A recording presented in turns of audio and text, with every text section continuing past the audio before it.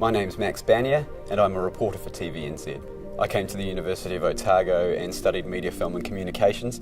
Enjoyed it so much I stayed and did an honours degree and still hadn't had enough, so I stayed and did a master's. To be a journalist you have to have a really inquisitive mind, you have to question everything, and I think that's a big thing that I took out of the department was these analytical skills that I picked up.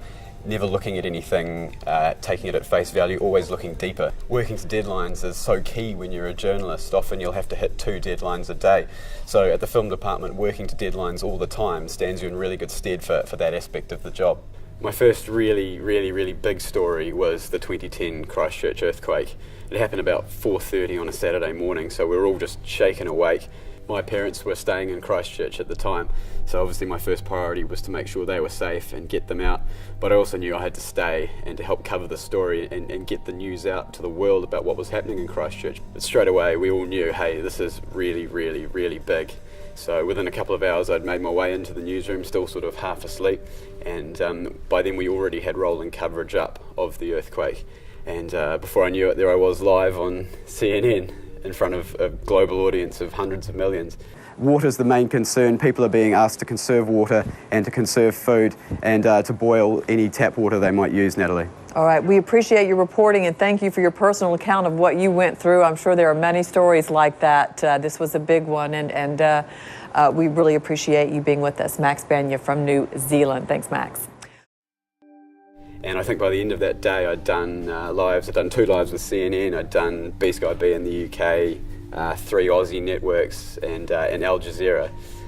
It was an incredible day, and they say that days like that don't build character, they reveal character. And when you're a journalist, often those days are the most traumatic but also the most rewarding.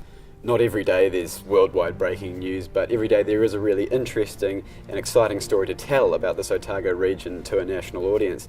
So one day I might be up in central Otago covering a snowstorm, the next day I could be here in Dunedin for the Highlanders' big game.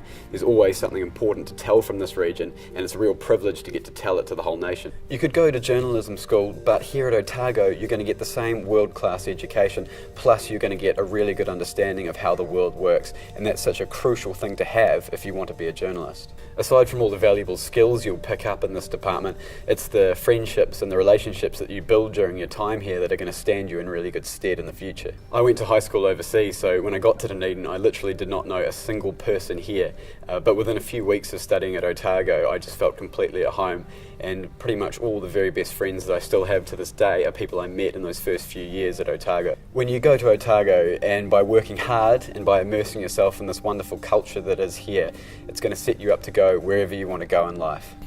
My name is Max Banier and I'm a reporter for TVNZ. More importantly, I'm an Otago University Media, Film and Communications graduate.